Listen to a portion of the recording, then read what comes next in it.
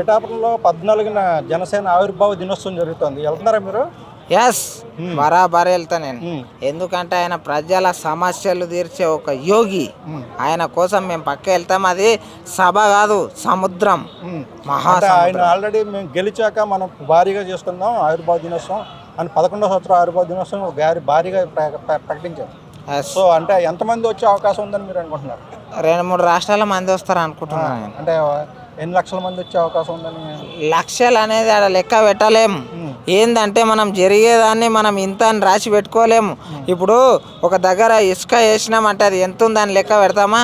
అంత జనాభా వస్తుంది, అంత గణం వస్తారు. కొన్ని లక్షలు కాదు, 1 కోటి మంది రావచ్చు పక్క, అట్లుంటుంది. అంటే ముఖ్య అతిథులుగా ఎవరిని పిలిస్తే బాగుంటుందని మీ ఉద్దేశం? అంటే ముఖ్య అతిథులుగా నరేంద్ర మోడీ సార్ వస్తే బాగుంటుంది. ఎస్, ఆయన ఏంటంటే ఈయనైనా సేమ్ ఉంటుంది ఫోకస్. వాళ్ళ జనాల గురించే ఉంటుంది. ఒక దేశం అభివృద్ధి ఎట్లా కావాలనేదే ఉంటుంది. మరి ఆయన బీజేపీ పార్టీ ప్రధానమంత్రి కదా, అంటే ఇప్పుడు జనసేన పార్టీకి ఆయన వస్తారంటారా? ఇప్పుడు కూటమి కాదా, కూటమి ఉన్నప్పుడు రావాల్సిందే. రావాలే సార్, వస్తేనే బాగుంటుంది. జబర్దస్త్ ఉంటుంది, ఊరా మాస్ ఉంటుంది. ఇంతకుముందు సినిమాలలోనే మాస్ చూసినాం, రాజకీయాలలో కూడా మాస్ ఉంటుంది. అంటే అది జనసేన మీటింగే. సో అంటే సినిమాల నుంచి కూడా చిరంజీవి గారు అలా వచ్చే అవకాశం ఉందని అనుకుంటున్నారు? అది వాళ్ళ వ్యక్తిగతమైన విషయము. ఆయన కూడా వస్తే బాగుంటుంది మీ ఉద్దేశం? అంటే వస్తే బాగుంటుంది అంటారా? కిరాక్ ఉంటుంది.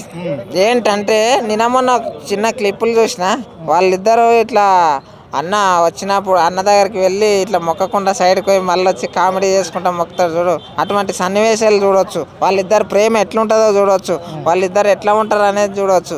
కానీ జబర్దస్త్ ఉంటుంది. ఇది మాత్రం తప్పకుండా చూడాలి ప్రతి ఒక్కరు. నేను కూడా వెళ్తున్నా. ఎలా వెళ్తున్నారు? బస్ మీద అంటే ట్రైన్ ద్వారా? ట్రైన్కేనండి.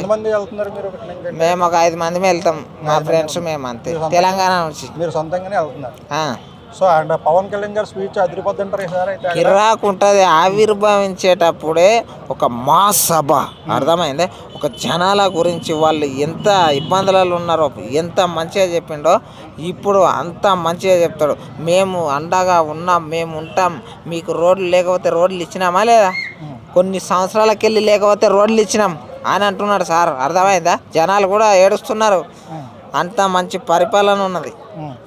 సో అంటే ఇంకా ఎవరు వచ్చే అవకాశం ఉంటుంది అంటారు? ఇంకా ఎవరు వస్తే బాగుంటుంది? నరేంద్ర మోడీ గారు వస్తే బాగుంటుంది అన్నారు. చిరంజీవి గారు, నారా చంద్రబాబు నాయుడు గారు రావాలి. ఇంకా ఎందుకంటే వాళ్ళు ఒకటి మొదలు పెట్టిరంటే కలిసిమెలిసి ఒక నారా చుట్టిన నాటు బాంబు లాగా తయారైంది అన్నట్టు పవర్ స్టార్ పవన్ కళ్యాణ్ గారు. అలాంటి బాంబుని ముట్టుకోవాలంటే ఎవరైనా సరే చుచ్చు గారాల్సిందే. ప్రతి ఒక్కరు రావాలి, వచ్చి ఈ సభని విజయవంతం చేయాలి. Okay, thank you.